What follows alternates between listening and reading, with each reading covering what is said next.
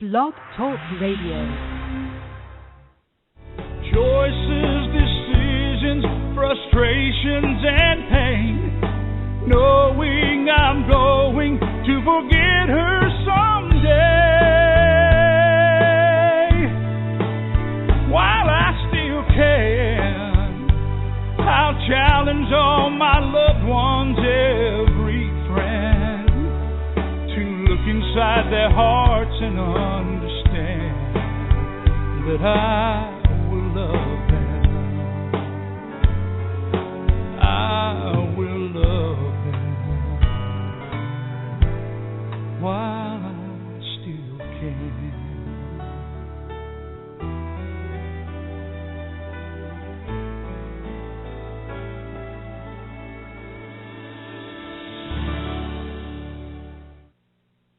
Well, hello, everyone, and welcome to Alzheimer Speaks Radio.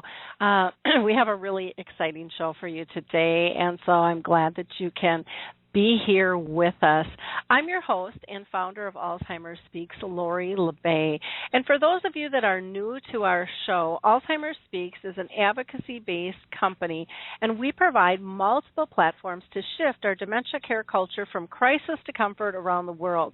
We believe that by joining forces and sharing knowledge and just having these everyday conversations about life with dementia, that we can remove the stigmas attached to memory loss and help those living with this disease live with purpose. Together, we can, by sharing just our common everyday knowledge that we take for granted, can help others understand the true needs of this disease. And by doing that, we're going to be able to just remove the fear and the isolation that is just so overwhelming and is part of this package called dementia. At our core, I know that we can win this battle, and we're making great strides because Share Care and Dr. Oz named Alzheimer Speaks the #1 influencer online for Alzheimer's, which was pretty overwhelming and quite the honor. And that was done because of all of you sharing and liking the show.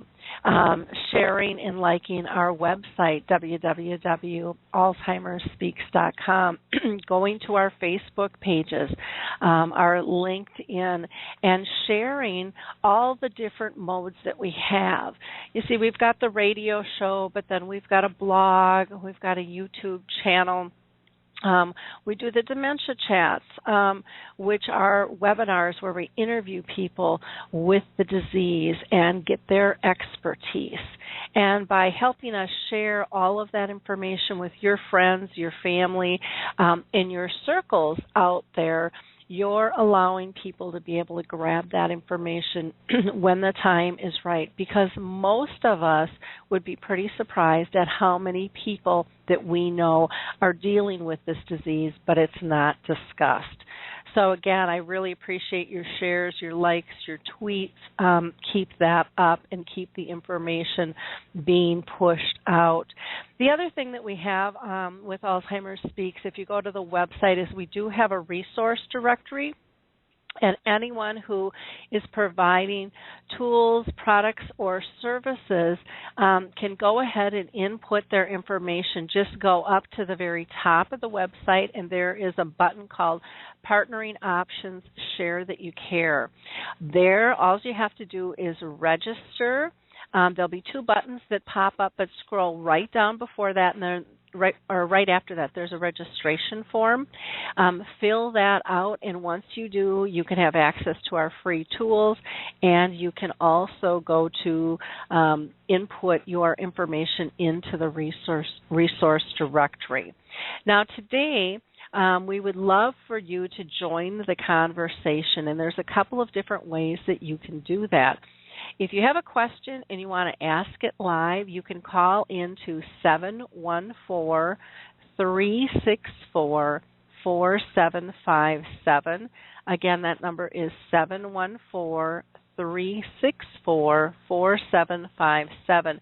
If you're on our homepage for the radio, it's right. That number is right above the pictures that kind of flash by. The other route you can communicate with us is through the chat box. You just need to, when you sign in through Facebook, and then I can see your comments. And as there's a break in the conversation, I will definitely pull in your questions and your comments and make you part of the conversation in that format. Now, before I introduce our first guest here, I always just like to announce some special organizations that I think a lot of people don't know exist, or not to the extent that they should. And the first one that I like to mention is the Alzheimer's Disease International Organization. They are the association of all the Alzheimer's associations around the world. And you can find them by just Googling Alzheimer's Disease International, or you can go to www.alz.co.uk.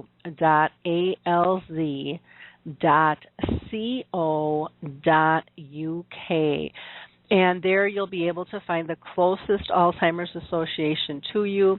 You'll also have access to the World Report. They have a international conference coming up, I believe, in May in Puerto Rico. And so if you're interested in going to that, I think there's 3 days left for special pricing on that. A couple other organizations I would like to mention is the Alzheimer's Research and Prevention Foundation. And the Alzheimer's Research and Prevention Foundation really comes at this disease holistically. And they just do an absolutely fabulous job. They've been around for 20 years, and most people don't know about them. So check out the Alzheimer's Research and Prevention Foundation. Again, you can Google or just go to alzheimersprevention.org. Now, the Lewy Body Association, the Association for Frontal Temporal Degeneration, the National Aphasia Association are all very specific organizations with certain types of dementia.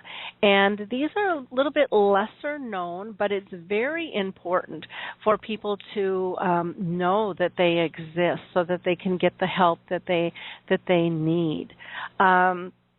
There is also a study out there, a clinical trial, and if you Google Alzheimer's studies, or you can go to the Alzheimer's team on Facebook, they're doing a clinical trial on tau.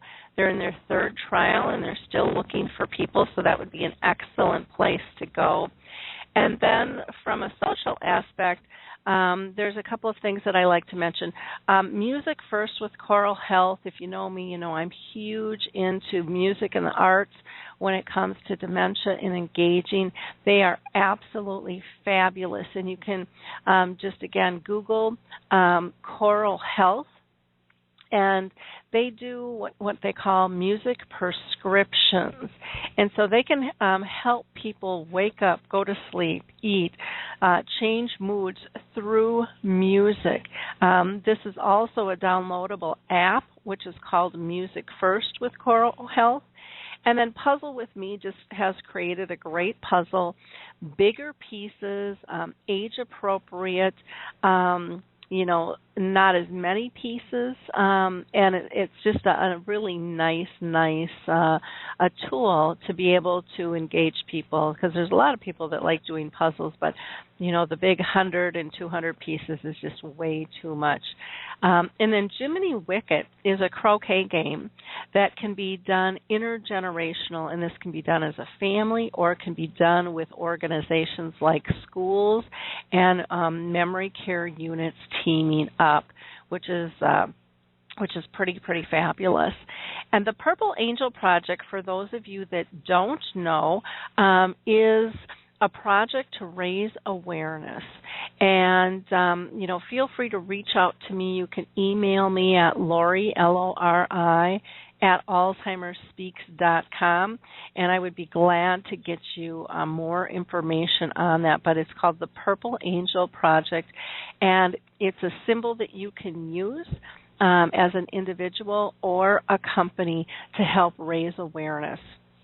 And I'm in the process of working on getting something on the website. I've been slower than I wanted to on that, but it is coming out there. So let me go ahead and introduce our first guest here. Dr. Ina Gilmore began her practice in 1984 in adult care medicine, and after several years she went back to school to train as an infectious disease specialist, and then later became an assistant professor of medicine at the Albany Medical College.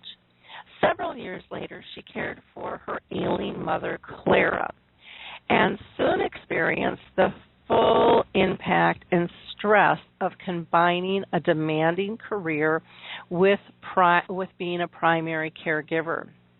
Initially, Ina's mother's medical problems were primarily related to her heart, and as time progressed, she developed cerebral vascular dementia, which has many similarities to Alzheimer's disease as a whole. The isolation of caring for an elderly parent while working odd hours became really overwhelming for her. It affected her entire life profoundly, both professionally and personally, as she struggled to find herself without losing herself, which also included her personal health that can be robbed, as we all know, with the burdens of caregiving. Dr. Ina realized most of her life she had spent as a caregiver, both informally for family and friends and professionally as a physician. In the depths of the darkness of caring for her mother on her final journey with a seemingly unconcerned healthcare system, she has found her voice. She says that she realized without her medical expertise, they could not have survived the process. In the dawn of this realization and recovery from this experience, she has found her life's mission, helping others not just survive, but thrive in caregiving. So if you're a long-distance caregiver or if you're living in the same space, it doesn't make any difference. You're going to be able to find a lot of great information from Dr. Ina Gilmore with Caregiving with Living Purpose, and that's www.caregivingwithpurpose.com. Welcome, Dr. Gilmore. How are you doing today? I'm doing great, thank you. Well, thanks for joining us. I'm so excited to have this conversation with you because it's always, I think, very interesting when someone has lived and breathed this whole journey, and now you've seen it from just about every angle possible, which is rare, and I think it gives so many fantastic insights when that occurs. And so first I have to, again, thank you for being part of the show today. And second, I wanted to, I'm going to break into a couple of different things because I definitely want to get into the Telesummit, but there's some key phrases that you use that I want our audience to understand. So the first is, what do you mean by the caregiver's heart? Because you use that phrase a lot. Can you explain that to us? I sure can. Thank you for having me, by the way. This started as an explanation for why some people become caregivers and others don't. And it's not a judgment, but I just realized that the caregiver's heart is different. You're looking at the situation differently and feeling it. It really takes a very special person that has the compassion to be able to open their own heart to care for someone else, to share the pain of giving care, especially to someone who isn't getting better. And you're going through not only grieving for what has been lost, but grieving for what is to come, and the change, and just not everybody can do it. And that's what I refer to it as the caregiver's heart, because some people will look at the same situation and to protect themselves, probably to protect their heart, they have to walk away or give it to somebody else. Mm-hmm. And it's the caregiver. Go ahead. Oh, no, I was going to say that's a very true comment. because there are so many people that just do walk away, you know, because they just can't deal with it.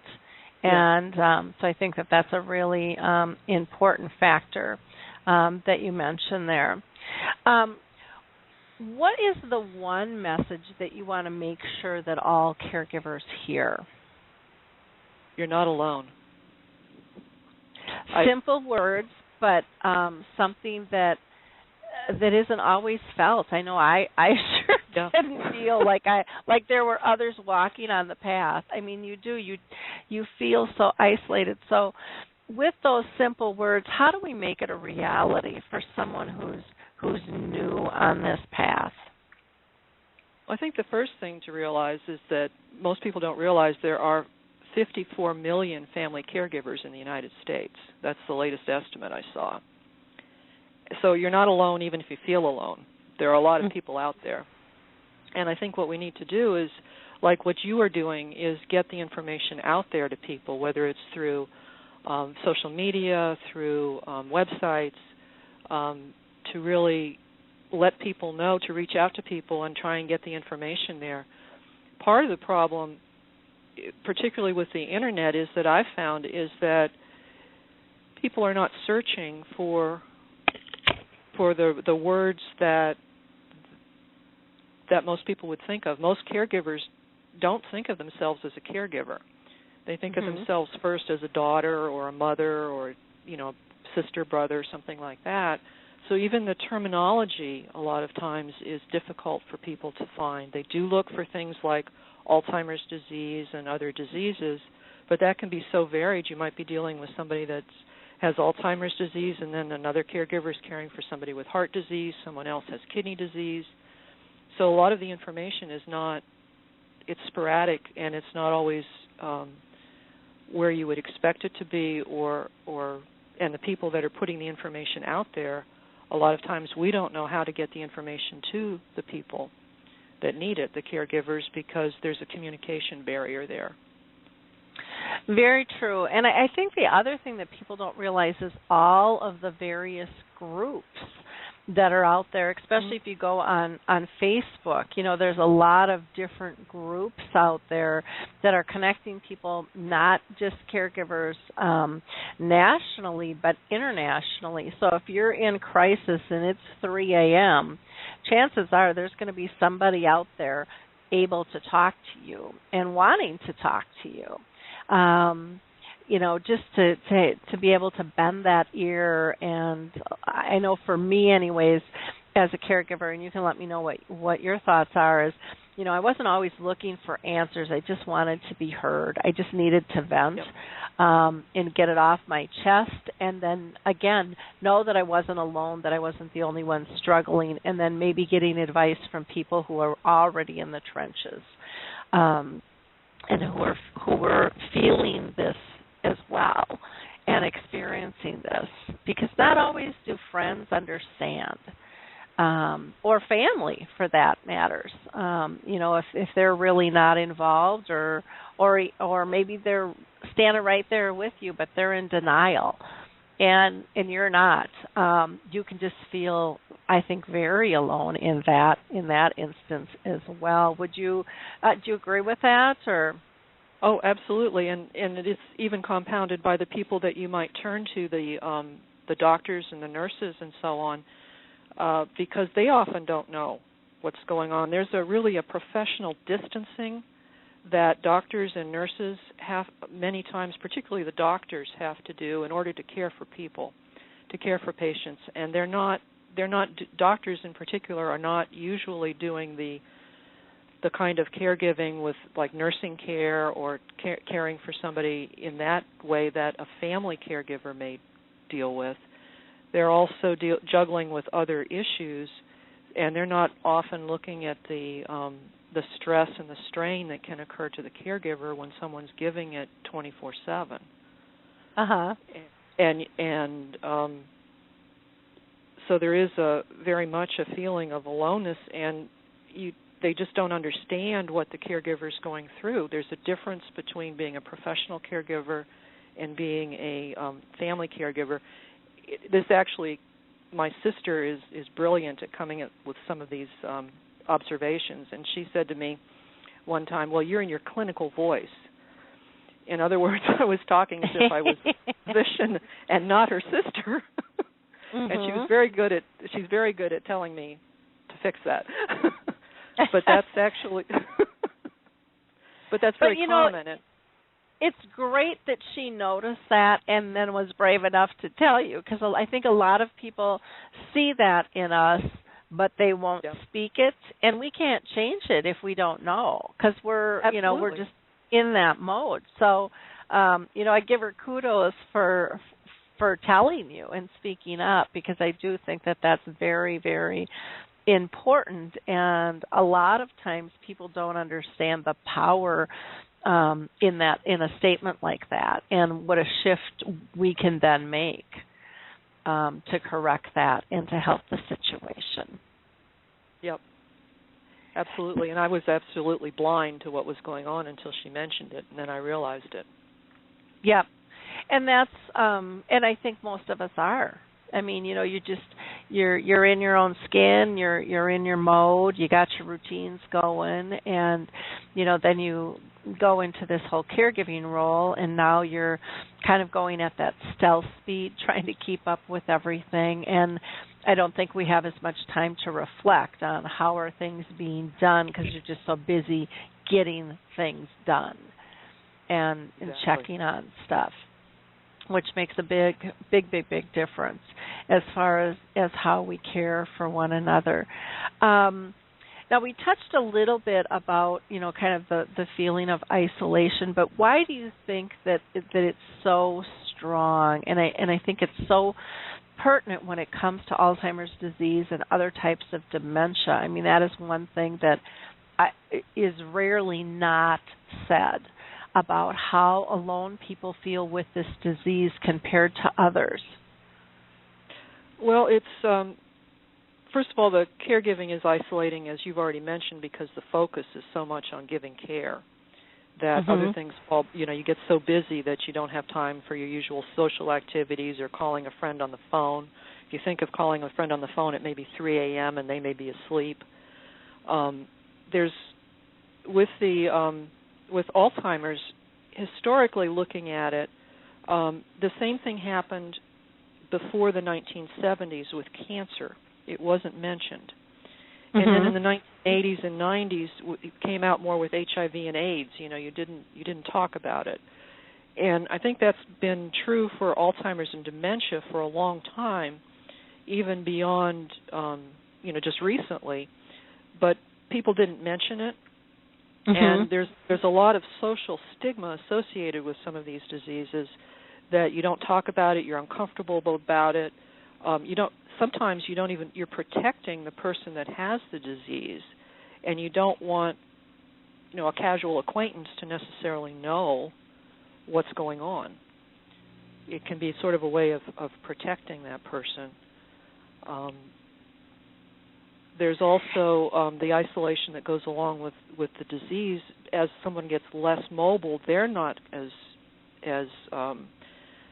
outgoing, and they're not able to have the social interactions. And certainly with dementias, that again becomes true as judgment slips, but also social interactions are more difficult and challenging for somebody that has moderate or later dementia.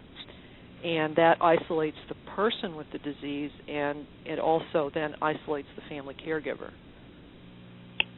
Very true. For me, I found one of the most isolating things was, when I look back at it, it was kind of a dishonesty thing that I had going, and I my intent wasn't that, but it was really this big cover-up and it was, to help my mom feel dignified and belonging. And there's a fine line between being honest with the situation so that others are aware and can be educated and can help, and hiding it And I really struggled with that. And there were times where I would find I would get really mad at people going, why don't they get this? And then I would sit back and laugh going, well, because you haven't told them. You haven't shared what it's really like, and it looks really good because you're working your butt off in the back end, making sure everything goes smooth and that they're dressed well and they've got their money and they're in their comfort zone and nobody knows.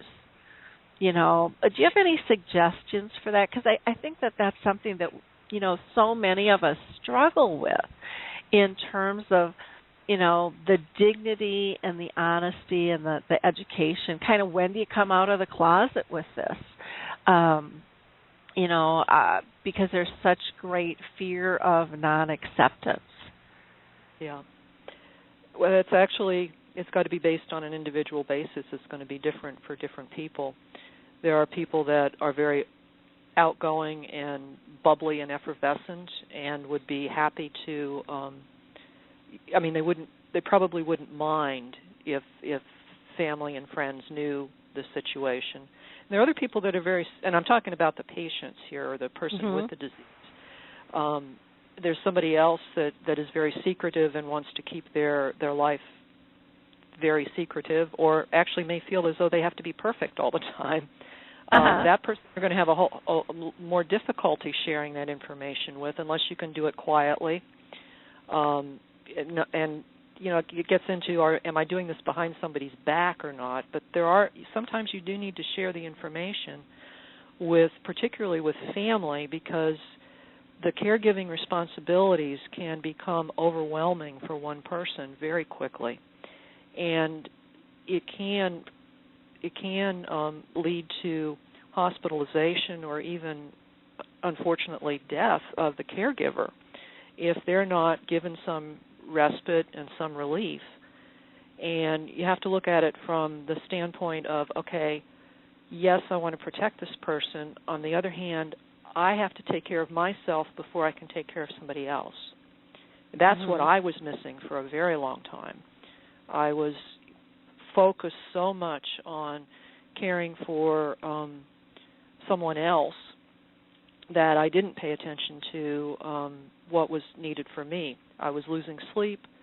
My mother lived with me until she passed, and I was losing sleep, and she was sleeping a couple of hours at a time, but I was not getting as long a sleep as I needed, and I wasn't getting any breaks. I remember my sister was able to give me a break for half a day a few weeks before my mother really got sick, and that was really a big blessing for me, to just be able to drive to a nearby town and do shopping for half a day.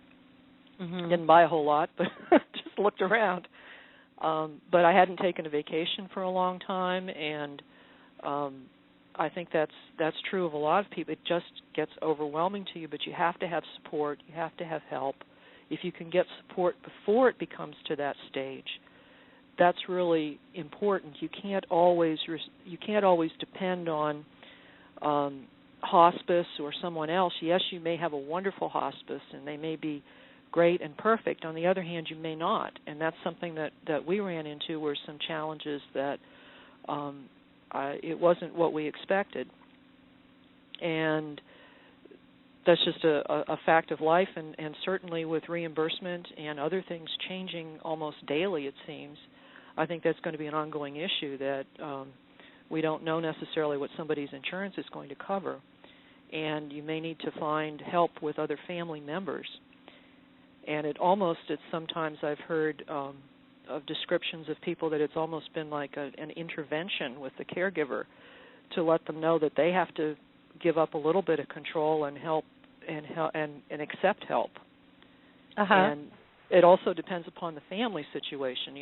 Some people just can't deal with the caregiving at all, and they don't want to help with it.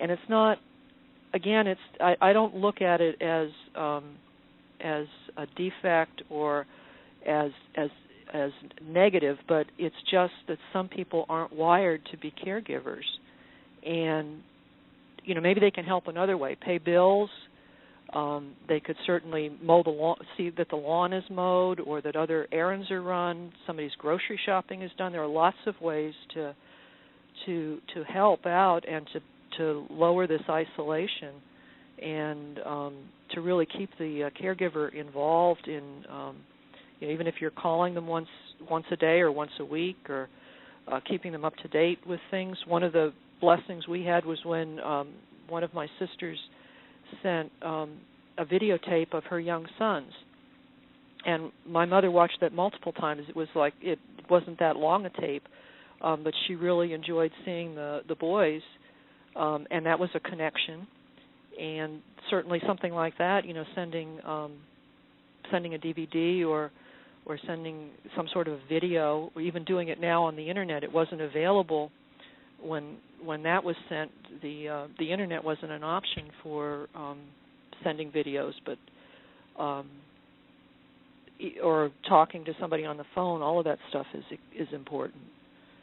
Keeping them and keeping the caregivers involved, and if you find a connection that maybe you can be doing an internet search for a caregiver, and for another family member or someone, and you find resources and referring them to them, because it can just be overwhelming, as you've mentioned. Even going into a website that's very well organized like yours is can be just overwhelming for somebody to try and figure out how to find stuff, because it's different than the last website they were on, and they're tired and cranky and don't have a lot of time.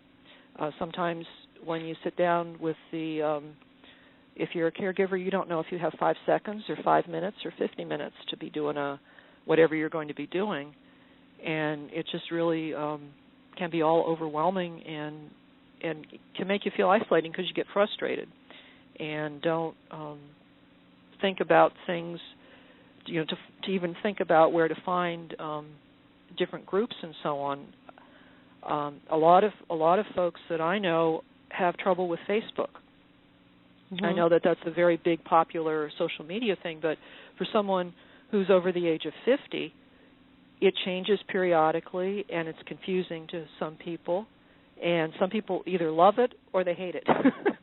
And it seems like people just don't want to take the time to learn it, or can't. Yep.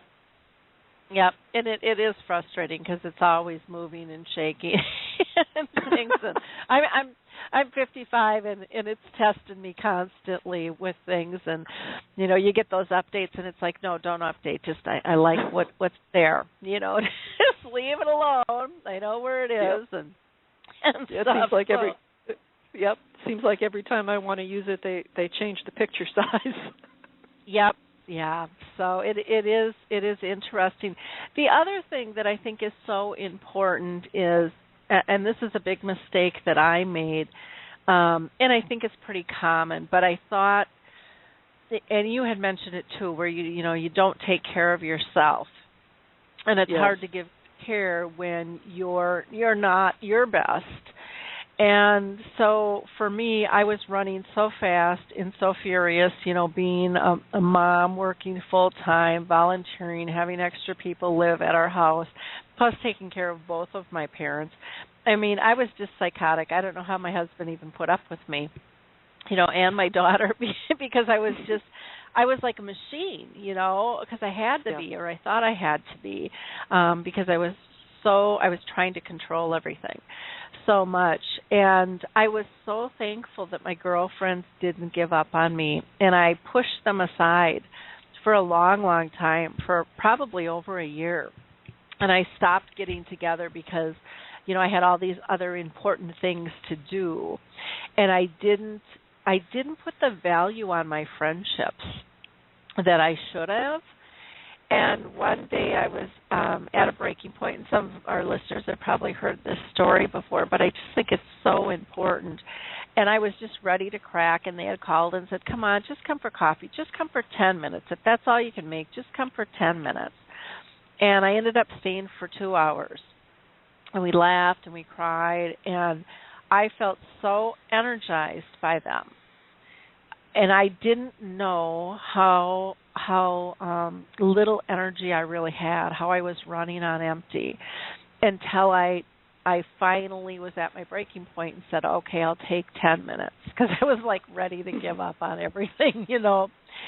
Yep. But it was at that point I realized that you can't give it all away. You have to get rejuiced, and you have to know what juices you, what energizes you. And I didn't know how much I missed my friends. It was such a godsend, and that helped reframe for me how I give care, and realizing that I can't lose myself in someone else, that I still have to be able to maintain my own identity. And I lost who I was for several years. And even though I made those connections with friends, and I was very adamant about showing up every 2 weeks and carving out that time, even when my dad had passed, he had brain cancer, I didn't know who I was because I was so much a caregiver first. And it took me a year to really even figure out I knew that I enjoyed my friends, but other than that, I really didn't know. And I enjoyed my family. I didn't know what brought me joy. I didn't really know what I liked in life. And we can't let that go. We've got to have the balance in that. Or I think that we should try anyways, is my belief. Because again, we can be a better caregiver when we know who we are and why we're doing what we're doing. Absolutely. With that.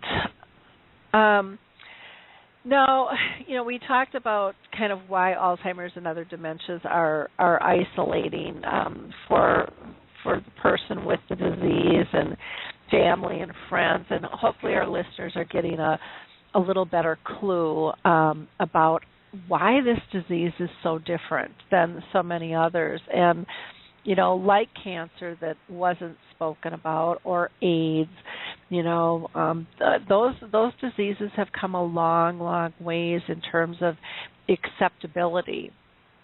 And people don't feel as isolated. They don't feel the embarrassment, and they don't feel being shunned. And that's why I think it's so critical that we have these conversations, that we share the knowledge. And like you said, maybe you can do some research for a friend. Maybe it's buying a book, or passing on a podcast of our radio show, or a blog, or going to your website and just saying, hey, check this out. This is good information.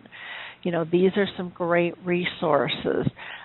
Because so often people just don't have time to do the search and destroy, and those little tidbits can be such a massive gift to somebody who just doesn't have time to look. Plus, it shows that you care enough and have interest in helping them out, which I think adds so much, to the whole relationship piece and the balance piece there as well.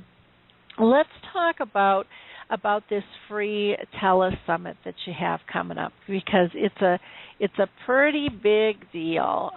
You're pulling something together that really hasn't been done, or if it has, I'm not aware of it to this extent, for Alzheimer's and other dementias. And the Telesummit, if I have this correct, is called Triumphing Over the Isolation of Alzheimer's: Simple Solutions for Family and Professional Caregivers. Can you tell us when this is going to be and why you decided to do this? Sure. Well, it's originally, and all of the materials I've sent out so far indicate that it's from February 10th through 14th. But we have so many speakers now, we're going to add another day. So it's going to be February 10th through the 15th of this year. So it's next week.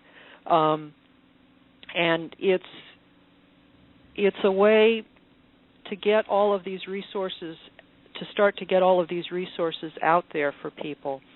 Like you said, it's very difficult for people to know that they even exist.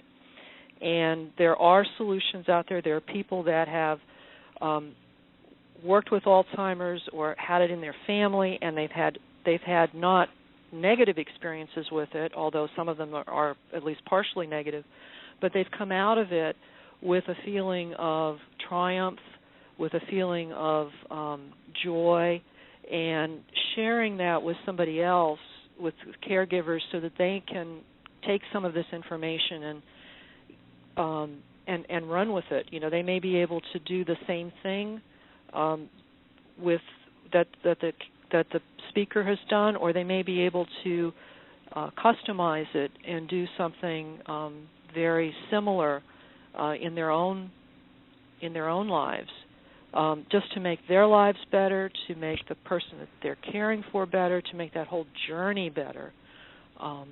And it's also to raise awareness about Alzheimer's, because it is right now very much a silent disease. There, so many people don't know how extensive it is, and how it's probably going to devastate the healthcare community in a few years, just because of how many people are projected to be affected with the baby boomers and beyond. It can certainly overwhelm the situation that we have now. That is for sure. Do you want to talk about who some of the speakers are that you've got? Because I know you've got a great panel of people coming up, a great lineup. Sure. Well, you're the first speaker. Well, after you. After me, yeah. I'm the first speaker, just welcoming folks, and then we have you. So, and I'm thrilled that you're coming, by the way. We have Janet Edmondson, who's an inspirational speaker, writer, and health promotion professional. She's dedicated her life she's dedicated to using her life experiences and her inner values to support the growth and self-esteem of people that her life touches. She wrote her first book, Finding Meaning with Charles, about her experiences of taking care of her husband, Charles, during the 5 years he had a movement disorder with dementia, and she was working full-time. She's going to be talking on the importance of positive emotions for caregivers, how it's really important to keep positive, and she's going to talk about how caring for someone with dementia can drain you of the emotional health that everybody needs day to day. She's going to explore research as it applies to family and professional caregivers and their emotional health, using science, personal stories, and so on to illustrate some positive ways to get through this challenging life experience. So she's one of the speakers. Another one is Michael Ellenbogen, who I'm thrilled to have. I'm thrilled to have actually all of the speakers on. He was diagnosed with young onset Alzheimer's disease at the age of 49.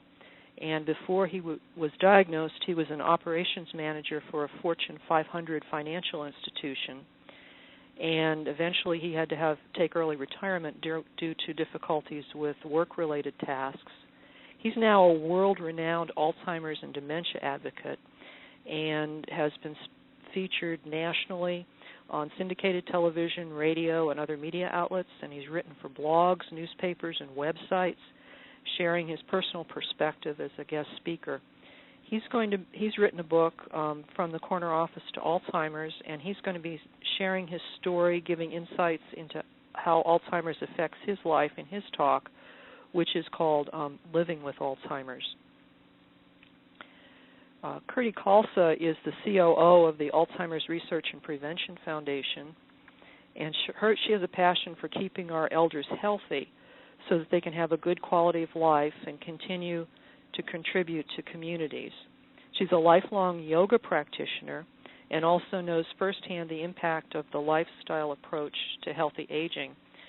She's going to be talking about the 4 pillars of Alzheimer's prevention, which is what the Alzheimer's Research and Prevention Foundation firmly believes helps prevent Alzheimer's.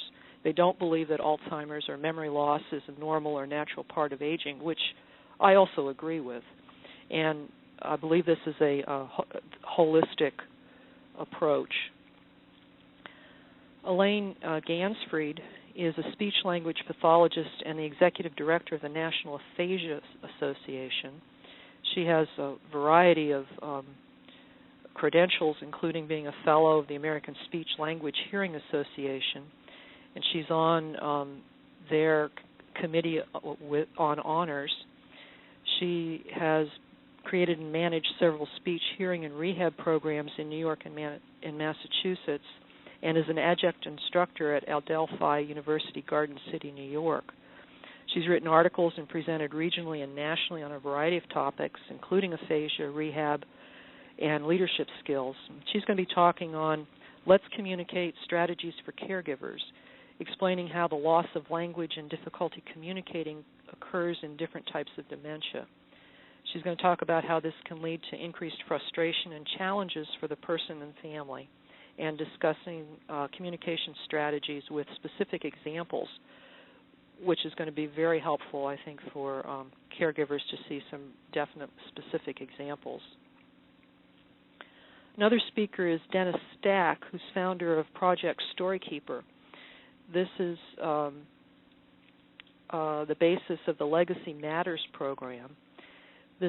He created the Family Storekeeper course, which is now in use for over 800 hospices, home care, assisted living, and veterans centers. And he's trained more than 5,000 volunteers and students to perform the role of storykeepers in their respective communities. His talk is going to be Building Legacy Saves Memories and Unites Families, explaining how the Legacy Building Program helps preserve those life experiences certain to be lost, and in the process provides an engaging and productive activity.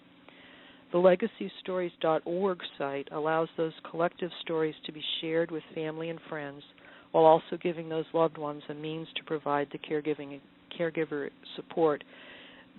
This sounds to me like it's going to be very exciting, because I know with the dementia that we dealt with in our family, and then the patients that I've dealt with dementia before, that's one of the sad things, is that when the stories get changed and lost, and the family feels as though they've lost an important part because they can't get the stories of when the person with dementia was younger anymore, and sometimes you don't realize until they're gone how important that information can be to future generations. Another speaker is Gary Joseph LeBlanc, and he's the author of Staying Afloat in a Sea of Forgetfulness, Managing Dementias and Dementia Behaviors, and co-author of While I Still Can. He's a columnist of Common Sense Caregiving in the Tampa Tribune and Hernando Today, and many other health publications. He's founded the Alzheimer's and Dementia's Hospital Wristband Project, and he has multiple writing and speaking events, over 3,000 plus days of nights of personal caregiving experience, which he draws on to help other Alzheimer's and dementia caregivers cope with the everyday challenges and emotional struggles of caring for the memory impaired. He's going to be talking about the Alzheimer's and Dementia Hospital Wristband Program, how that can affect, how not recognizing that a patient is, who, when they're hospitalized, has dementia, can lead to them not receiving the special care they require, and the results can be disastrous. Now, this isn't necessarily from the physicians and the nurses who know the patient, but this can certainly be from other people that come into the room and don't know what's going on. He has a solution for that with this wristband program, and he founded that program, and it's currently being piloted at Brooksville Regional Hospital in Hernando County, Florida. And that sounds really exciting to find out more about that. Yeah, it's a pretty cool project, and getting a lot of attention all over the world. It's starting to expand, so very, very neat. It's great, actually. That's something that that I can see how that would, affect somebody that comes in to transport a patient, or and doesn't have access to the chart, but can recognize right away that this is a dementia person, and I think that would be so helpful to just take the fear from the patient out of moving to another room or something, or going to have a test. Just sounds really exciting to me. Mhm. Another one is Harry Urban. He's from the Facebook dementia support group Forget Me Not. 9 years ago, he was diagnosed with dementia, probably Alzheimer's, and says that he walked out of the doctor's office full of fear. He struggled for years with Alzheimer's, trying to understand what was happening, and realized he needed to understand what he was becoming so he could help others living with this disease. He's founded the Forget Me Not Facebook group and also has a Spanish group,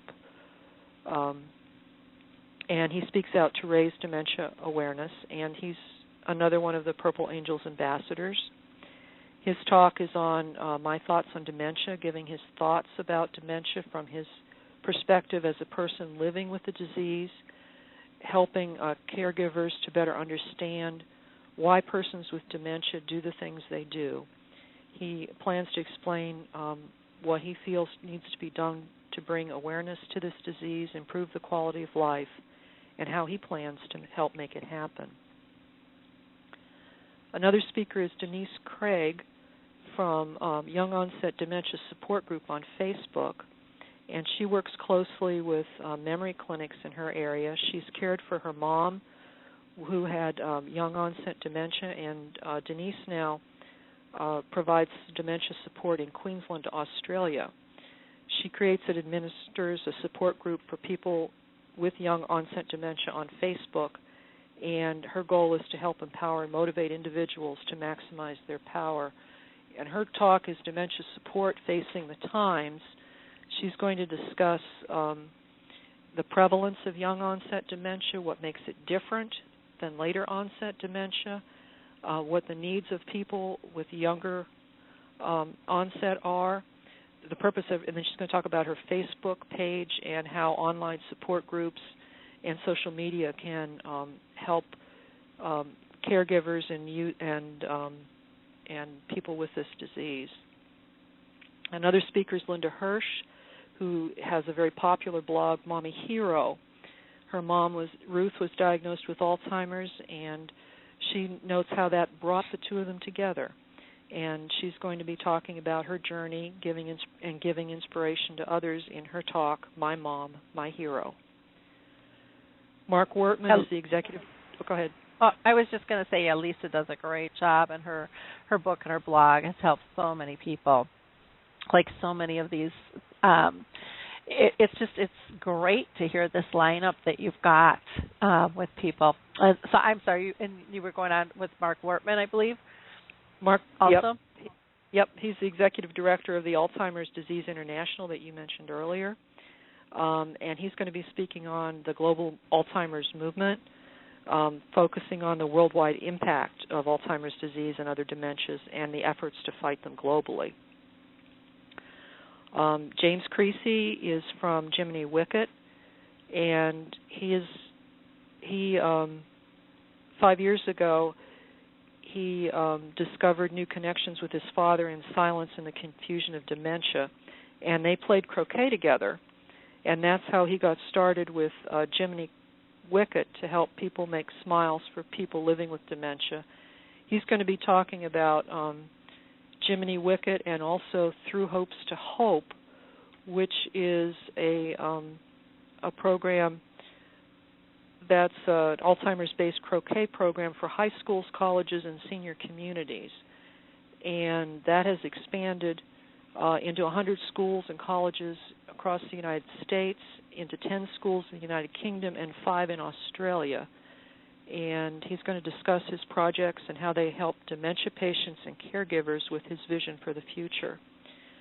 Tom and Karen Brenner of Brenner Pathways have created a positive approach to caregiving, and they use the Montessori method for dementia care.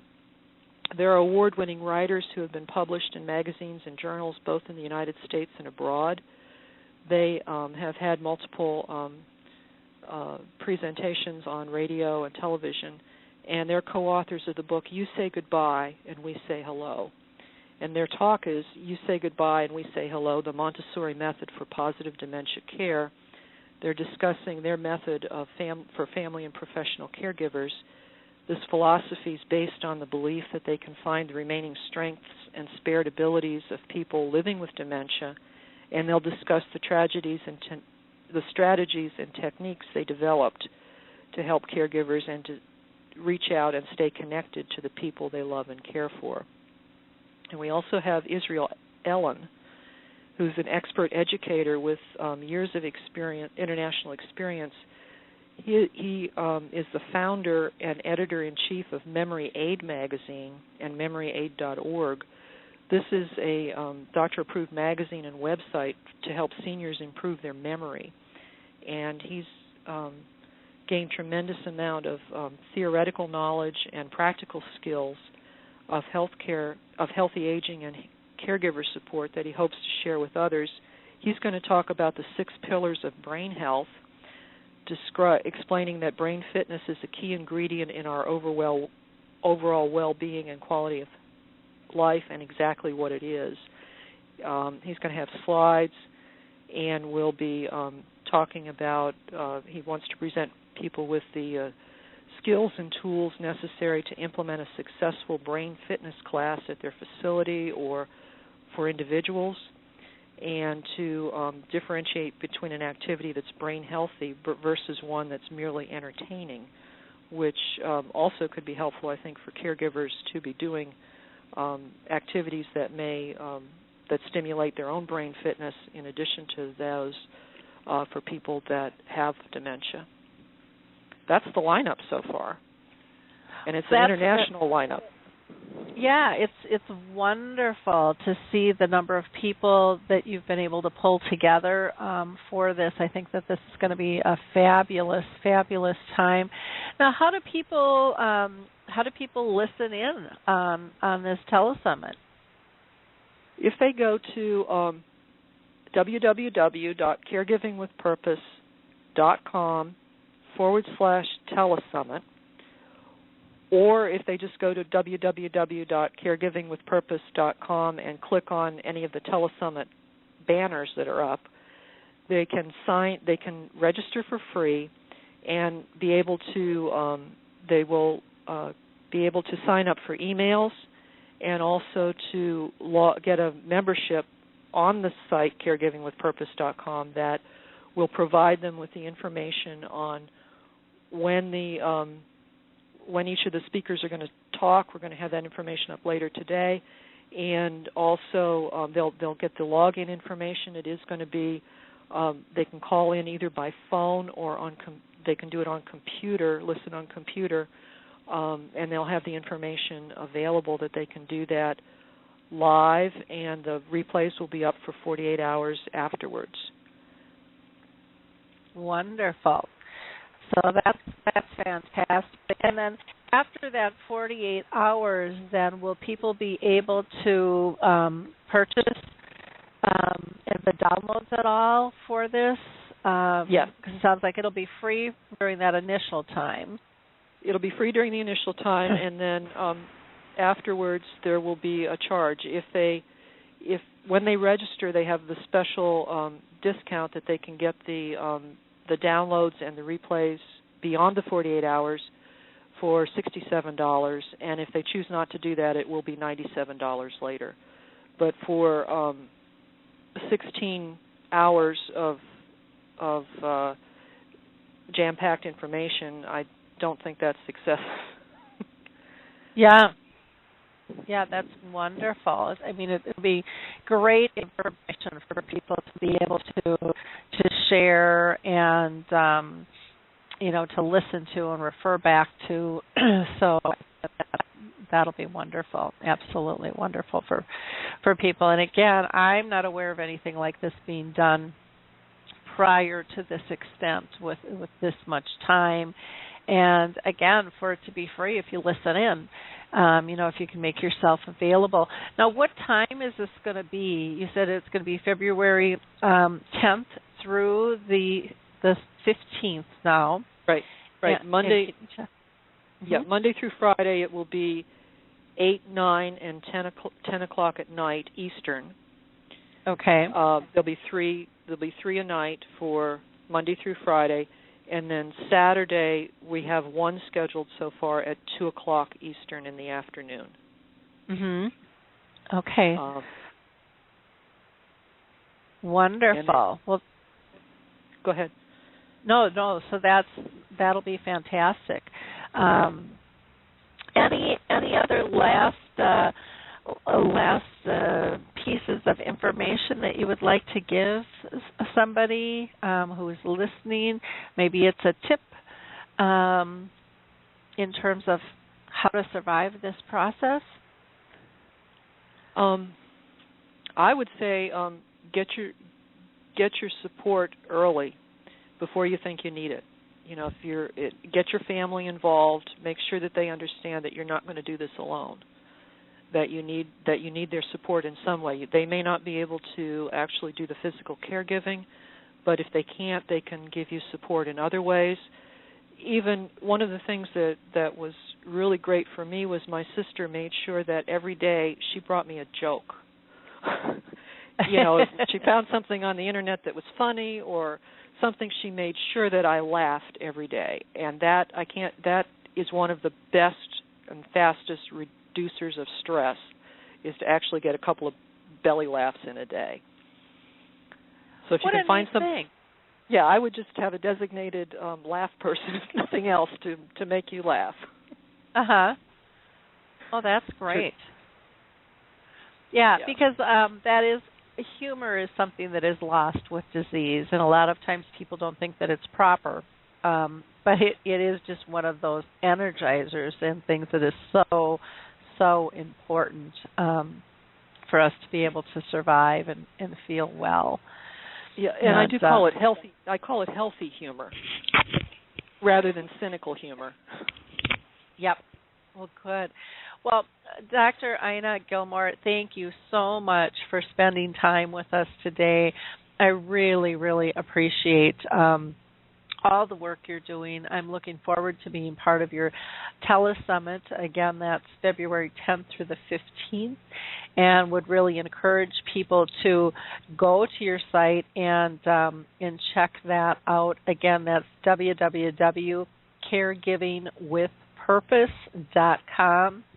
You'll be able to see more information about the Telesummit, plus all the other resources that Ina has there. So thank you again for joining us. I really do appreciate it very much, and we will talk next week. Yes, and thank you very much for having me.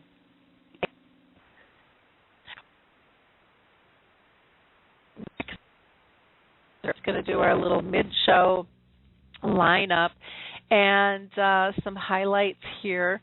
For those of you that are just listening in, we were just talking with Dr. Ina Gilmore, and she is going to be doing this fabulous Telesummit. I believe it's the first of its kind. For 5 days, she's going to have 3 speakers on, I believe, each day. So there'll be lots of great information. Again, you can go to www.caregivingwithpurpose.com to get more information on that. I do want to highlight some information that we had on our last radio show. We had Alzheimer's Disease International Executive Director Mark Wortman with us, and we also had Trin Rose Seeley with us, and that was a great show. So if you haven't listened to that, all the shows are recorded, so you can go back and listen. And next week on the 11th, we're going to have Jerry Sandusky on, and no, it's not a sex offender, but this is Jerry Sandusky, who is a broadcaster with the Baltimore in the NFL, and we're going to be talking about a book he has written called Saturdays and Sundays. And we're going to have a discussion regarding what exactly is going on, to his knowledge, with the NFL and their involvement, kind of with this lawsuit. We're going to talk about his personal journey with his dad and his book, and how maybe we can get the NFL to be even more involved on a public level with this. I also want to remind people that the last Dementia Chats was January 28th, and on that episode, those are all free webinars that are, again, recorded. You can go back and watch those. We discussed the importance of relationships and connecting, and how to tell somebody, tell what somebody wants, even though that they can't speak, which is very, very important to be able to do, and how other people's moods can affect one another. And our next Dementia Chat will be February 11th. I also want to encourage people to join the International Collaborative Resource Directory on our page, and you can do that by just going to alzheimerspeaks.com and click the big gold button at the top that says Partnering Options, Share That You Care. Just go ahead and register with us, and we will get you in from there. I'm going to take a call because it looks like we might have a guest on that actually is international. So you are live and on the air. Do you have a question or a comment for us? Hello. My name is Dr. Ema MacSweeney. I'm calling from Recognition Health in London. Hi. I was asked to give you a call because of the discussion you're having at the moment on Alzheimer's disease. Mm-hmm. Wonderful. And did you were asked to call in? Do you know who, in terms of what topic? It was Liz Puller from Medici Global, and also in connection with TauRx and the disease-modifying therapy for Alzheimer's disease, and the final phase clinical trials that are going on at the moment for people with mild to moderate Alzheimer's disease. Wonderful. Well, I am going to let you go ahead and tell us a little bit more on that, because, to be honest with you, I did not get the script for that. So, if you can fill me in and our audience what all is going on with that clinical trial, that would be wonderful. Okay, certainly. I'm, as I said, calling from Recognition Health in London, England, and we're one of the centres for the Phase 3 international clinical trials. And these are for people who have, as I said, mild to moderate cognitive impairment and a known diagnosis of Alzheimer's disease. The reason why this is so important is because we obviously want to make people aware of this opportunity, and the drugs which are now in the final phase of clinical trial are designed to slow down the progress of the disease, as opposed to just the symptomatic treatments which are available currently on the market. And people who do manage to get into this clinical trial, if they're eligible, will be able to receive the drug on a named patient basis going forward until the drugs then become available on the market. So the drug is a tau drug produced by a company called TauRx, and it's really a sort of an opportunity for people with Alzheimer's disease in the relatively mild stage to prolong that sort of mild stage, and hopefully what we want to try to get to is a point where there's Alzheimer's disease without dementia. Well, that would just be a wonderful place for us to get. Can you tell us how big the study is on this? Yeah, there are multiple sites or centres across the world, and there's two drugs. There's the tau drug with TauRx, and there's also an amyloid drug which is produced by a pharmaceutical company, Lilly. And there are centres literally right across the world that are recruiting patients currently for these trials. So there's various different organisations which you can actually contact as well online to find out about this. One of them, and in fact the group who suggest I give you a call, are a group called Medici Global, And if you contact their website, then wherever you are in the world, they'll be able to advise you as to where the centre most convenient for you is located, and also to help you to determine whether or not you're likely to be eligible for the clinical trial. Okay, and so they'll people can just call in to that. Yeah, I'll get a number and post that on the blog. Yeah, or via the website. And I'm sure most of your listeners are obviously in the US. I mean, obviously in the UK, our centre is Recognition Health, and it's all on the website and everything. But probably worldwide, and certainly in the US, the most sensible thing is to contact Medici Global, either via their website link, and I can send on to you later their contact numbers and everything. Okay, that would be wonderful. Now, is this in the third phase, if I'm not mistaken? Yeah, it's in the very final phase of clinical trial, and that's really the reason why, although it's a double-blind randomized trial, which means that everybody who's successfully randomized onto the trial, some people will receive drug and some people will receive placebo, but at the end of the 18-month trial period, then everybody with the TAU trial will be able to receive the drug. The sort of other thing, which is obviously really very important, is that if you are already taking symptomatic treatment for Alzheimer's disease, then you continue to take that whilst you're on the trial.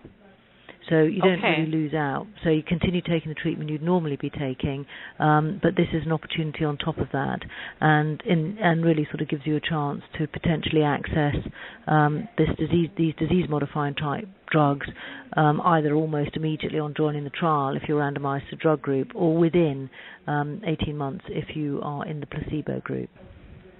Wonderful.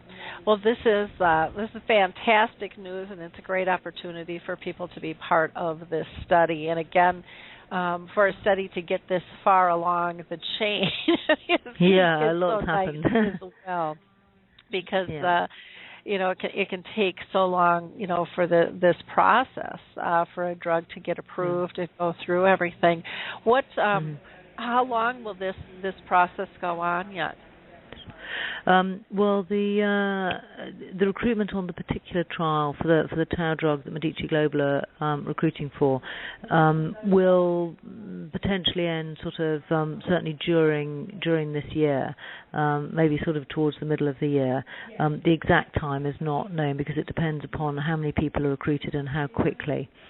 But it is something, if people are interested, they do need to contact Medici Global or certainly express an interest as quickly as possible. Okay, wonderful. Well, I thank you so much for calling in. Is there any other information that you would like to share with us, or does that pretty much cover it? No, I think that pretty much covers it. But what I will do is, as I said, I will forward some contact information for any of your listeners who are interested. Oh, that would be fantastic. I really appreciate it very much, and we look forward to getting that information out to our audience. So thank you so much for calling in today. That's a pleasure. Thank you. Okay, bye-bye. You. Bye now. Bye. I'm going to go ahead and introduce our next guest here, who I am very excited to have with us. One is a personal friend of mine and who is just a little guru in the industry, Jayne Clairmont. And Jayne is nationally recognized as a leader and a consultant in providing care for those living with Alzheimer's disease and related dementia. Her focus and her philosophy is really on the individual quality of life, and that shouldn't end just because a person gets diagnosed. She's the president and CEO of English Rose Suites, which is a proven and successful residential model for memory care located right here in Minnesota. And the effectiveness of her residential care program is really known around the world. She's really doing some very, very cool things. And because of this, she has really translated what she's doing in residential care into a new service called Be Home by English Rose Suites, which is a home care company. And so she's focused on offering the same, super service that people get in her homes, in their own homes as well. So welcome, Jayne. How are you today? Lori, I'm wonderful. Thank you for having me today. Well, I'm really excited to be talking about what all you're up to, because I just, this whole day we're talking about education and the importance of awareness and things. But before I get into questions, I also want to introduce our second guest that will be with us during our second half here. And that is Deb Kaul, and she grew up in North Dakota, and she has 7 brothers, and her parents all live there as well. She graduated with a degree in business management from the University of North Dakota in '82, and then Deb went on to receive her BS in nursing from the University of Mary in '86, and she's currently completing her education from the University of Florida for geriatric care management. She has spent the majority of her nursing career caring for the dying as a hospice nurse in Fargo, North Dakota. And she left that position about 3 years ago in order to spend more time with her own parents, Duane and Doris. And her dad, Duane, was diagnosed with Alzheimer's disease about 8 years ago. And since then, she has learned to appreciate the depth of sorrow, the uncertainty, the vulnerability, and the fear that's associated with caring for someone who you love. So she now devotes her time, along with her other family members, to provide hope, encouragement, and a deeper understanding to those caring for people with memory loss, both professional and community members. They see the need on both sides. Deb currently lives in Fargo with her husband, and she's blessed with 3 children and a beautiful granddaughter. So welcome, Deb. How are you today? I'm doing very well, Lori. Thank you so much for having me on your program. I'm excited to have you and Jayne with us today, because this is really a pretty cool thing that your family is doing. They're seeing a need, and they're saying we can make a difference. And through your connection with Jayne, now you're going on this tour and promoting her, because she just is a wonderful source. And that's something that people can do. Everybody can make a difference. And I think that's just a beautiful thing that you guys collaborated together to get this done. So before I get into kind of what Jayne is going to be doing on this tour, Deb, I do want to ask you a question, and that is because you've been caring for your family, plus you have this professional experience as well in the medical field. So how has your perspective changed from being a nurse caring for people versus being a daughter seeking care? What's changed in your mind through this whole process? Lori, I have gained a new appreciation for the complexities and the depth of emotion involved with this disease for both the person with dementia and the family members. I always assumed unconsciously that as people lose their memory, they lose really a part of their humanity, in that I just assumed that they didn't have the same need that I did for meaningful connections, or for feeling productive every day, or being helpful to others, for accomplishing something meaningful every day. And really those are basic needs each human being has. And I just didn't give that enough credibility when I was working professionally. And then I also assumed that the grief that family members experience as this disease progresses in their loved one's life is primarily a grief related to what they have lost. in their relationship with that person, and also with their loved one. So, grieving what Dad used to be like, or what this relationship used to look like. And that is certainly a part of the grief. But I really didn't anticipate, and I didn't really have any idea how the relationship between my dad and myself, or other people with memory loss and their loved ones, can really deepen and flourish and grow during the course of this disease. And that has been a real surprise to me, and it's really been an incredible blessing, because I feel like I've gotten an opportunity to know my dad better now than I ever have in my whole life.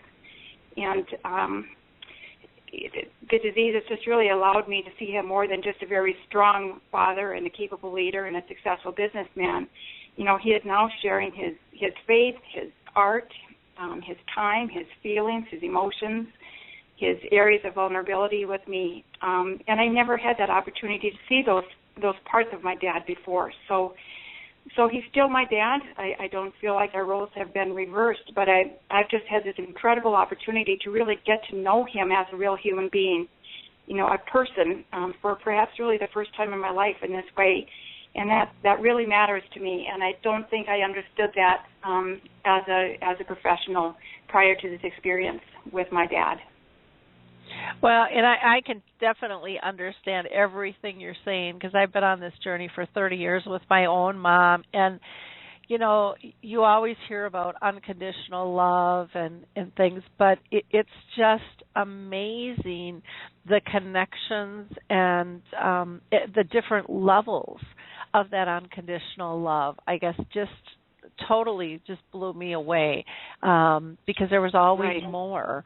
Every time I thought, it's kind of over, there really isn't anything left here, there was always more. And that just fascinated me, absolutely fascinated me. Now, Jayne, can you tell us how the two of you met and how this collaboration came about? Absolutely. About a year ago, I was visiting with the North Dakota Alzheimer's Association about an opportunity to speak in front of they have what's called a Great Plains Conference. And when we spoke about the opportunity, I wanted to do something in terms of how I kind of approach a presentation when the medical world kind of is introduced in the same presentation. And I had the distinct honor to have Dr. Brett Hockey from Minneapolis, who I think, in my opinion, is one of the best neurologists in the country. So as we were crafting the opportunity and what we wanted to do, of course, Lori, because I'm so shy, I really tried to ask Dr. Hockey to approach this differently. He does an incredible outline in a presentation, but I wanted it to be weaved in such a way that it wasn't distinct to one silo of medical or one silo of practice, that it was just an interchangeable opportunity for dialogue, as well as really to hopefully bring an audience to a deeper understanding. And so while I was doing that presentation, and I didn't know that Deb Kaul was in the audience, after that presentation was over, she came up to me. And because we're both from North Dakota, my original home state, it's not that big of a state. At the time I lived there, less than 700,000 people. So we were kind of connecting the dots of who we knew. And that was kind of the start point, standing after the conference in dialogue. Okay. Well, that's, small world. When you think about how these connections have been made. And again, for a family to step up and say, we want to make a difference, we want to be able to promote what it is you're talking about on a different level, because there's just not enough education out there, is something else. So I'm going to go ahead and throw another question back to Deb, because I think part of, and I might be wrong and correct me, but I think part of this whole process is there is so much fear and stress and vulnerability that when you're in that space, for so many of us, we don't want anybody to feel that. And so is that one of the things that kind of got you to interested in helping with this educational process? Yes, it is, Lori. you're right, the areas of vulnerability and the fear and the desperate need for resources and for support and for choices and just not chasing one crisis after another, which is something I know you're passionate about, Lori. It's just moving toward comfort versus crisis care. It's something that as a family we have really felt. And unfortunately, we felt a lot of the crisis, moving from one facility to another, or moving from one crisis to another, I should say, has resulted in a lot of stress for us. That plan as you might or as you want to plan for the future. It's still very difficult to do that. So yes, if we can be of some assistance in helping to avoid these kind of mistakes or some of the problems that we've encountered as a family, and if we can help support other people do that, we sure appreciate the opportunity to do that. And we believe that a large part of that is promoting education and identifying ourselves as a family that's also struggling with this. Part of the challenge is that there's still a stigma associated with this disease, and we're not going to be able to help one another if we refuse to identify ourselves. And so as a family, we want to identify ourselves as fellow strugglers and partners with different living environments and with different people and churches and community members to do what we can to partner together and pool our resources and do what we can to enhance the care for this population of very valuable people. Well, wonderful. Now, this tour is taking place the 10th through the 15th, which is kind of interesting just because of the fact that the Telesummit that we just had on was the 10th through the 15th, too. So I think that it's just must be a good karma week for education, which is absolutely wonderful. Jayne, can you tell us, what's going to differentiate your training when you're going out and speaking, in Fargo and Minot and Williston and Bismarck? You're kind of just doing this tour all over. What can people expect? Okay.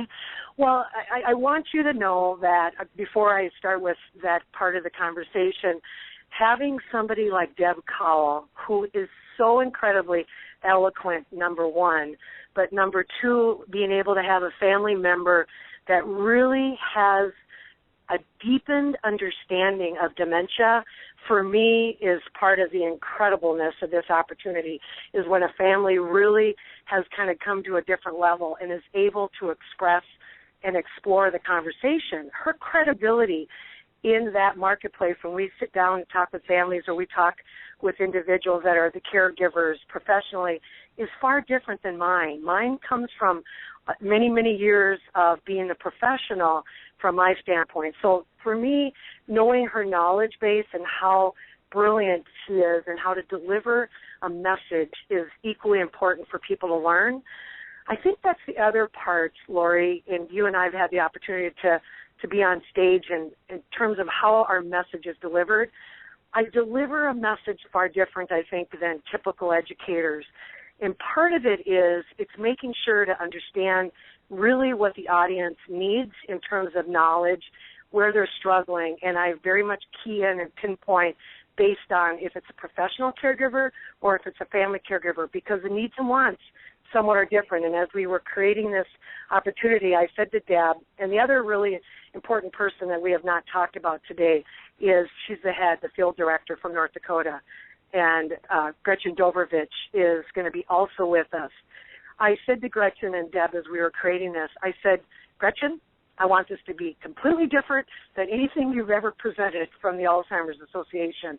And not because the content hasn't been valuable, but in terms of how I want it to resonate, I want it to resonate at a knowledge level that is far different than what people have originally heard in the state. And beyond that, Lori, it's the practical experience then to take it back to your home where your loved one is living and how you're going to start immediately applying what you've learned, along with same with the professional caregivers. We're getting that opportunity to speak to both audiences and do the same thing.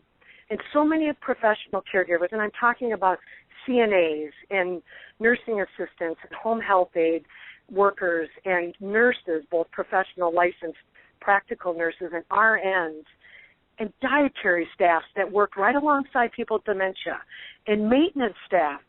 Everybody should be present in the opportunity to learn, because then you can start to see the shift in an organization in terms of the quality metrics of much, much better care. So I think that's, if you ask the key question, what's the differentiator, it's everything I just said. Okay. Well, and that makes sense. And I think it's important, when we're delivering messages, and many times, you can go to a conference and it doesn't do that, but people have to be able to walk away and do something with it. They have to feel empowered. They have to feel like they kind of belong to a tribe, that they're not alone. And to hopefully, help lift them in terms of this vulnerable time that they're in. And I think that you guys will do a beautiful job, the three of you, in terms of getting that message across. Well, Lori, I also want to share, as a side note, in one environment I will remember years ago, and it was an environment where care was being delivered. A woman walked up to me after, I think it was at midpoint in the day of training, and she said, I have worked for 15 years and I have never gotten this training. And I sat there and just thought to myself, how many caregivers across the country have never been given the opportunity to really learn at a level that connects? And that's what the most important part of this is, being able to really connect with people.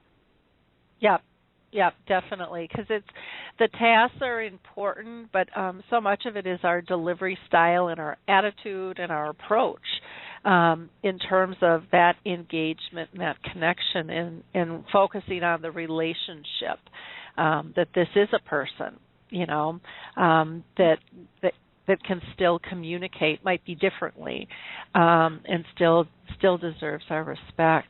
Deb, on your journey, what unexpected joys did you experience through this whole caregiving process? There have been many of them, Lori, but really some of the biggest joy is just being able to just see my new dad emerge. And certainly there's been the sadness with seeing some of his old skills and his strengths really disappear before our very eyes, and that is certainly sad. But we have learned as a family that there is a part of Dad that's emerged that we never knew existed, and neither did he. And it's been kind of funny over the years. My mother has always been a really a role model on volunteerism, and she's always wanted my dad to volunteer for this or for that. And his approach was always, if it's worth doing, it's worth doing well, and it's worth getting paid for. So they've kind of butted heads over that over the years, and Mom still continues to try to get him to volunteer and to do those things, and Dad still wants to get paid for whatever he's doing. And it still really is very important to Dad to have something productive to do, and to see something that he's produced or that he's created, or that he's got an assignment to do, that he's going to work as he's always done. And I have a sister who is an artist, and she decided that she was going to introduce my dad to art, and she got him a wood burner and some art pieces, some wood pieces, and taught him how to use his wood burner. Well, then they moved from that to painting, their creations that he's made, and evolved from the painting to the varnishing. And then he started moving to, he's got 31 grandchildren and 8 great-grandchildren, and so he was given these assignments.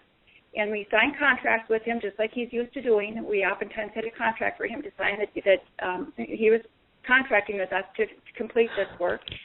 And we started paying him. My brother, who's an attorney, when Dad started losing motivation for doing this just as a volunteer, my brother Mike said, well, Dad, I think we should, this is important work, and we value your work, and we want to pay you for this. Well, that opened up a whole new meaningful connection for Dad, and he said, oh, well, okay, well, sure, I'll do it. How much are you going to pay me, So we started at $25, and he did it for quite a while, and he was in the car with my sister one day going to Hobby Lobby to get more wood, and he said, are you the one that's kind of got me going with this wood stuff? And she said, yeah, I am. well, I've been doing it for quite a while. Do you think I'm doing a pretty good job?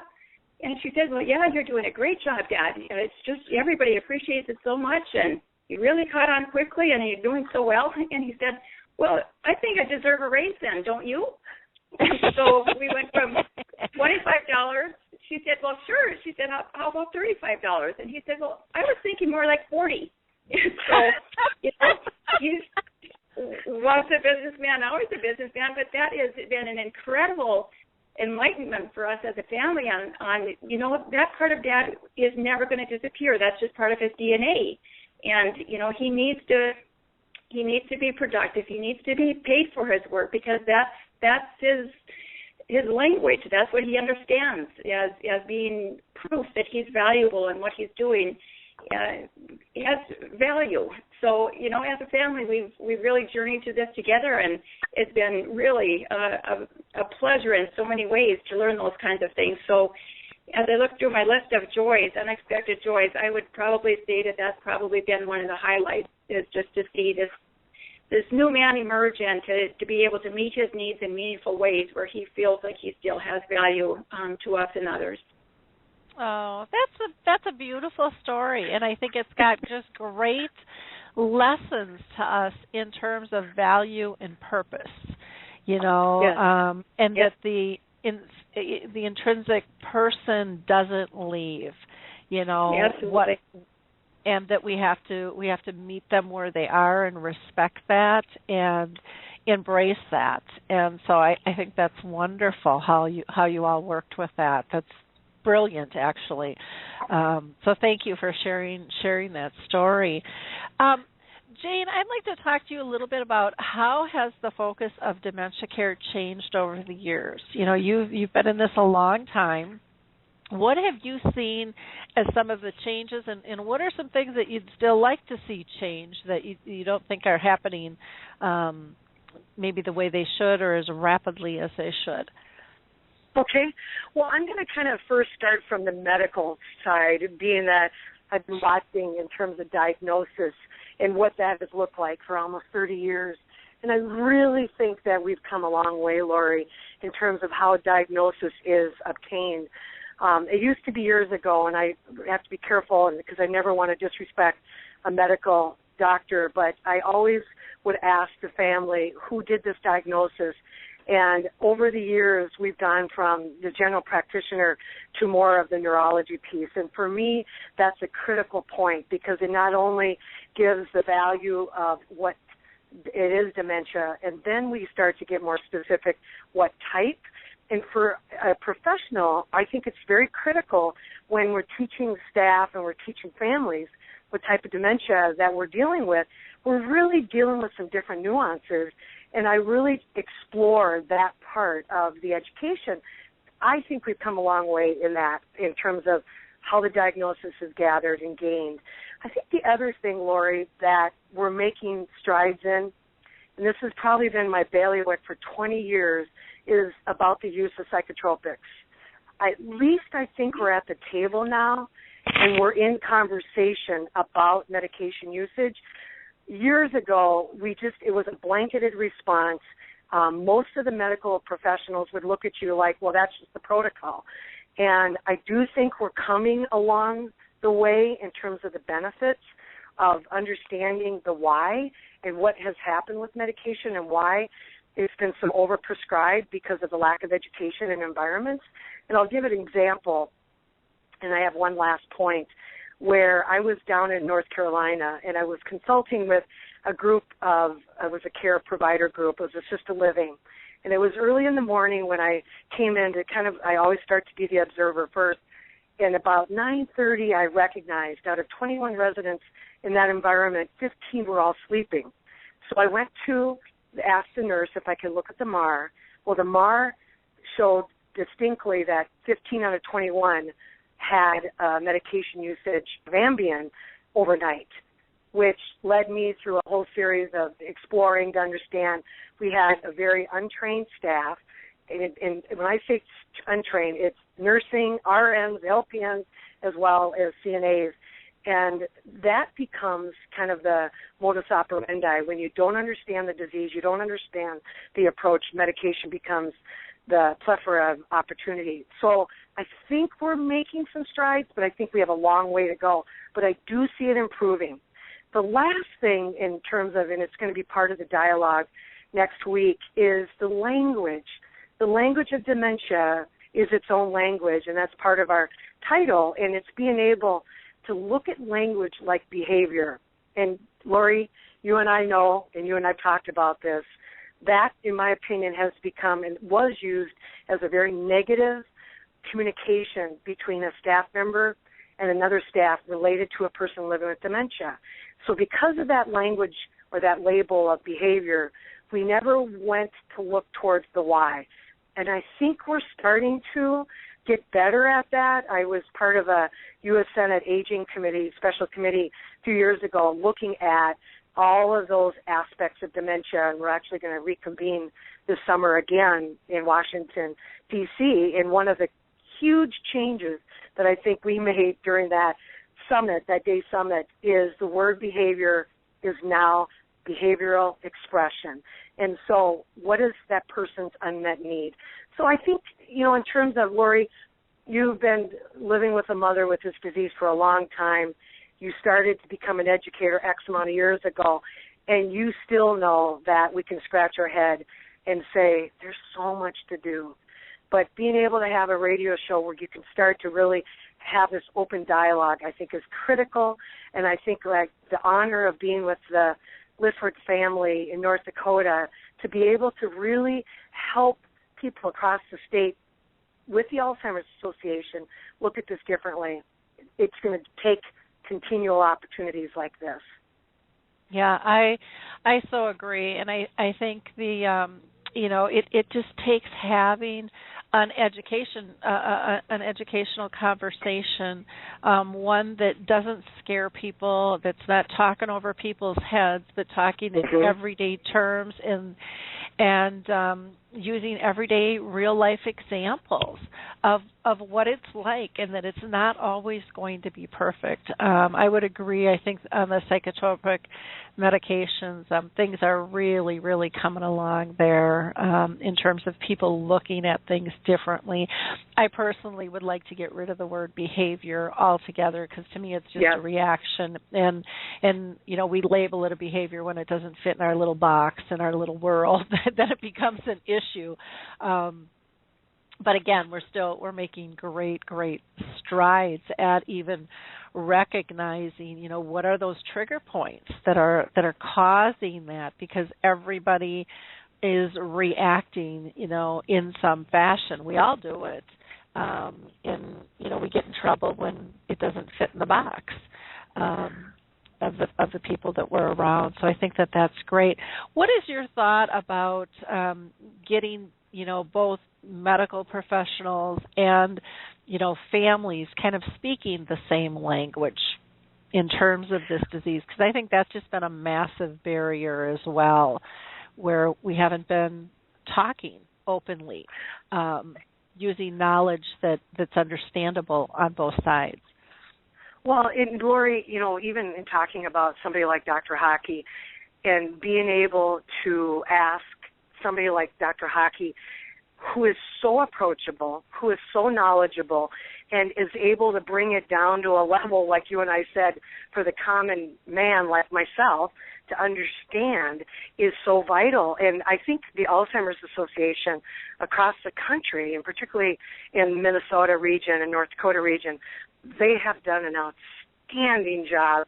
I was chair of the board back in the early 2000s, and at that time, getting in front of a neurologist or getting in front of a GP or a geriatrician they were God, and it was really difficult to kind of like getting into partnership. I think we're doing such a better job of that as well, and that we have doctors sitting at the table. If you remember that task force that the governor appointed many people in Minnesota to try to help Minnesota become the first dementia capable, as you know, and I talk about capable versus friendly state some years ago. I think that was starting to be kind of opening the top, where physicians were there, where family members or people living with dementia were there, and where professionals were starting to talk differently.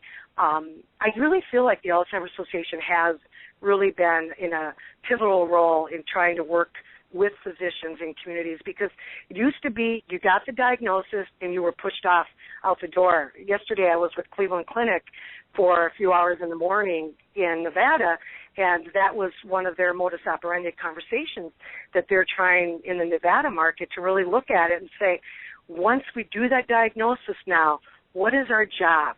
How impactful can we be in supporting this family and being on the journey with them? And that's unique, Lori. Yeah, and I think it's a critical step, because one of the things I know that families would say all the time, and again, Dr. Hockey and Health Partners is doing a wonderful job here in Minnesota with their specialty clinic, but, you know, I can't tell you the number of stories I've heard, and I'm sure you guys have heard them too, where people go in for a diagnosis and they go, see you in 6 months, see you in a year. Yep. And there's just nothing given to them. It's like, go Google it. You know, here's your prescription, yep. and that's it. And that is so devastating to a family member because you just don't have a clue. And with that, I'm going to pull Deb back into the conversation. Deb, what kind of experience, can I ask, did you guys have with the diagnosis with your dad? Were you given resources, or were you one of those that was saying, you know, we'll see you in 6 or 9 months?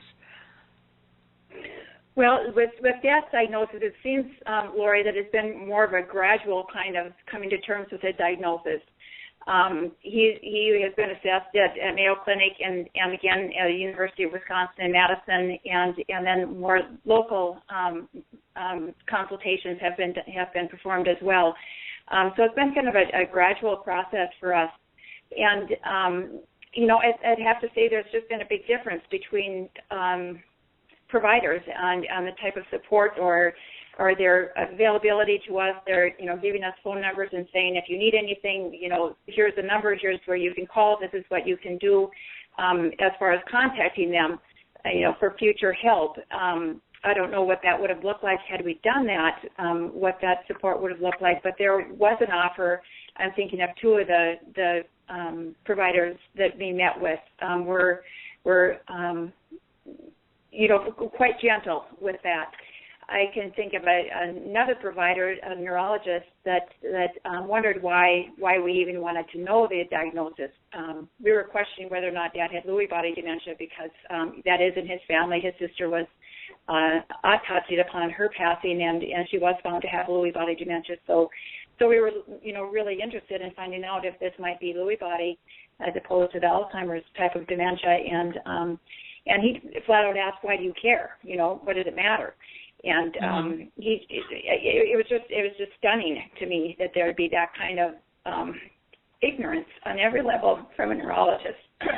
So I'd have to say that, you know, there's been a variety of responses that we've received from people, from providers with that. But I really hear what you're saying, and I appreciate that. And how wonderful would it be, you know, if there was an automatic referral to some resource or somebody that's been through this before, if there could be some type of a connection made with people that have experienced this disease firsthand with a newly diagnosed person and family member. I think it'd be a fantastic connection to make, and maybe that's possible. You know, I think the conversation is valuable to have, and I think it'd be fantastic.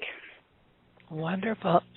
I agree, and we're making strides. You know, the conversation is coming much easier. It's coming from all different angles. And I think one of the most, you know, powerful things is people are realizing how many friends and family are dealing with this that they didn't know. People are starting to ask the questions. They're starting to see the signs and wanting to know how can they support, how can they help, which is a great shift. Jayne, can you tell our audience, you know, how can people kind of shift from that fear and frustration to joy in their relationships with people with dementia? Well, I think it starts first with the willingness on the part of the person that's the care partner, the family member, to, I heard you speak earlier today about joy and laughter, particularly this woman who was speaking earlier today. And I have used an example for years in terms of in teaching individuals, family members, and staff. And now it kind of plays out like this. When I was a young girl and I was in high school, I lived in North Dakota, and there was a daycare center. And this is a true story in Bismarck. It was directly behind my home. And I would listen to the children, and I would be in high school, I'd be out working in maybe my mother's garden or something, and it was directly behind me. So I could hear the sounds of laughter, and I could hear the sounds of crying. And it was interesting how I responded. Even in high school, I would just start laughing with the kids when I heard them laughing. And when I would hear somebody that was crying, some of the time I'd pick up the phone and I'd call the daycare person inside and say, you have a child that needs to get inside your doorway, blah, blah, blah. I became a caregiver, I could tell, Lori, very early on in terms of that. But what was evident was the laughter, in laughing from the gut. So I take that a step further. And when I think about if you think about your mom, you've told me stories about your mom, and you literally start, your whole body, I see you laugh from your gut, Lori. Even today, there was a level of laughter at different times. It is about being able to kind of peel away all the layers of, kind of like even what Deb said, the responsibility of her father being responsible, and now being able to kind of be light-hearted, more lighted in terms of listening. Because if you listen to a person with dementia, there is some incredible, fascinating, funny things that they say. And when they're frustrated, they say things as well because of us not understanding. But I think it's about really starting to think about your own child or a situation that has been so darn funny. And I'll use it in the clip when we're together next week, Deb.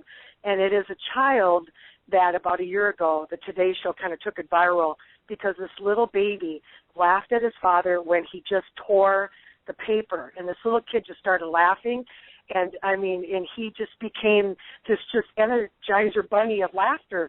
Whenever you play that for anybody on YouTube, everybody starts laughing.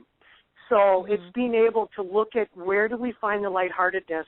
I tell a story about a woman living with dementia that she came out of her room one day and she came into the lobby of a large assisted living that I used to run 20-plus years ago. And she was sitting there, and she was just having casual conversation while another person that was her good friend came into my office, and she whispered in my ear, Jayne? And she named the person, and she said, she's got her underwear on the outside of her pants. And I just started to laugh, thinking, okay, I can see that description, and yet I don't want her to feel any sort of embarrassment. And so it was being able to take her, because of the level of dignity that I want for her, and bring her to her room, and I peeled 7 layers off of this woman, Lori. It was 3 pairs of underwear, it was a tent, and it was 3 pairs of pants. But when you describe that to people that are caregivers, care partners, whomever, and you try to look at it on the sense of this is what happens, and yet how are we going to be joyful? How are we going to be, feeling different about it? It's starting to step back, and it's starting to be less severe in our thinking, and it's getting away from the sorrow. Because I'm sure, Deb, when you got the diagnosis for your dad, the sorrow of your family was just so deepening because you didn't know about dementia. All you heard about, from the President Reagan diagnosis and what can happen. And I really believe, Lori, like you do, and Deb, like you have, that you really can come to a different place. I was talking to a daughter yesterday, and she was telling me her mother is using the F word consistently, and one of her brothers is so upset by, quote, her behavioral expression that he talks about the anxiety of being a son and that he would prefer that her death process become quicker than not because it's so hard to watch. And what I described to that daughter is that can all change once you understand the language. Because once you do know it, then the laughter and the joyfulness and the touch and all of that will start to happen. Very true. Very, very true.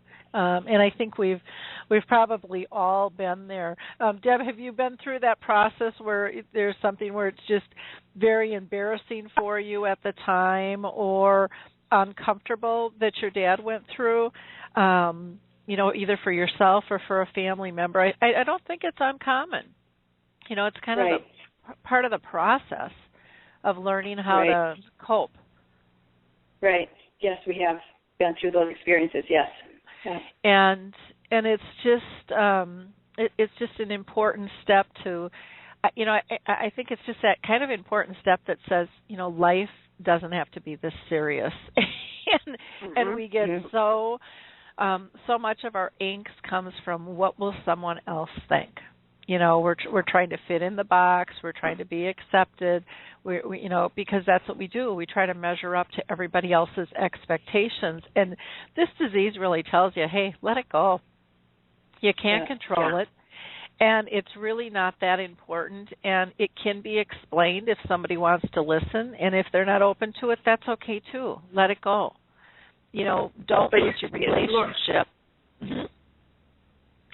From a different, another take on that, though, Lori, it's not always possible to do that. I don't think to be more lighthearted with it. And Jayne, I'm interested in your perspective on this as well. Mm-hmm. But in our experience, there's been some really high risks associated with those behavioral expressions of Dad. When he does get agitated or he strikes out or whatever he might do, even just mostly it's more of a verbal aggression that we've seen with my father, and there's a very keen sense of vulnerability on the part of our family because you don't want him to get discharged, you don't want him to fail, or to flunk the adult day program.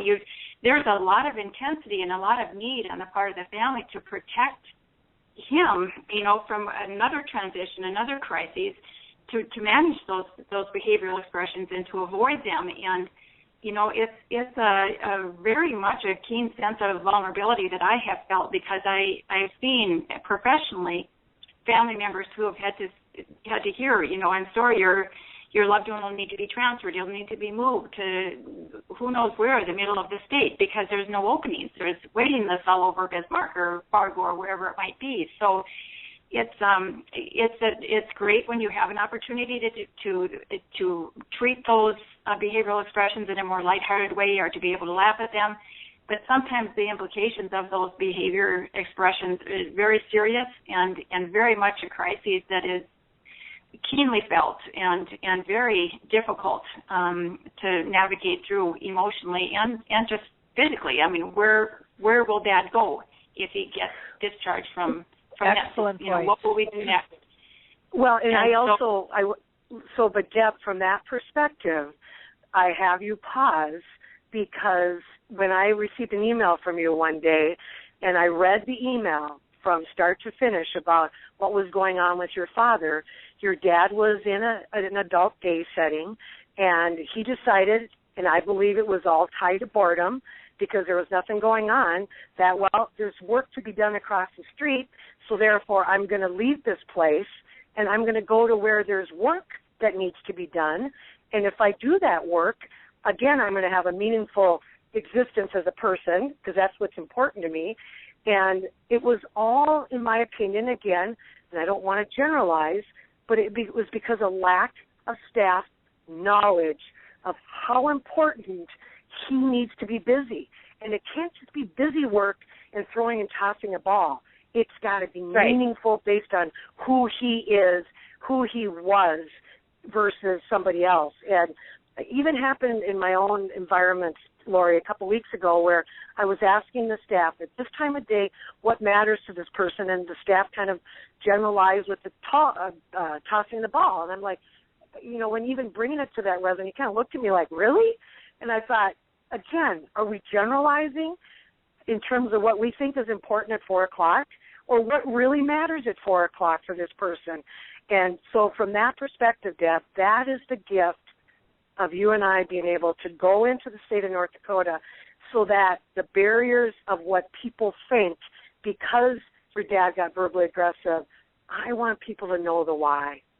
Because unless your father was this very difficult personality earlier in life, you know, and sometimes personalities have been that, and they were kind of struck to kind of, you know, blow up quicker than other personalities, and some of that gets more exposed with dementia, then I would be saying we need to step back and look at ourselves as providers, including myself, and do the root cause to find out. But care providers really don't understand that, because if we give them the general news, weather, and sports learning, we put them in front of a video, or we put them in an online training with these basics that are just the basics, we never bring staff to a greater knowledge that they need. And I can't believe we've only got about 30 seconds left. This conversation has gone by so fast. I'm very excited for this North Dakota tour that you're doing February 10th through the 15th. And I have it posted on the blog. Now, people can call 710-277-9757. And again, you can always go to EnglishRoseSuites.com. I want to thank you both for being part of the show. It has just been brilliant today. So have a wonderful day, and we will talk soon. We'll want to hear all about your tour. Thank you, Lori and Deb. Thank you. Thank you very much, Lori. Thank you, Jayne. Bye-bye.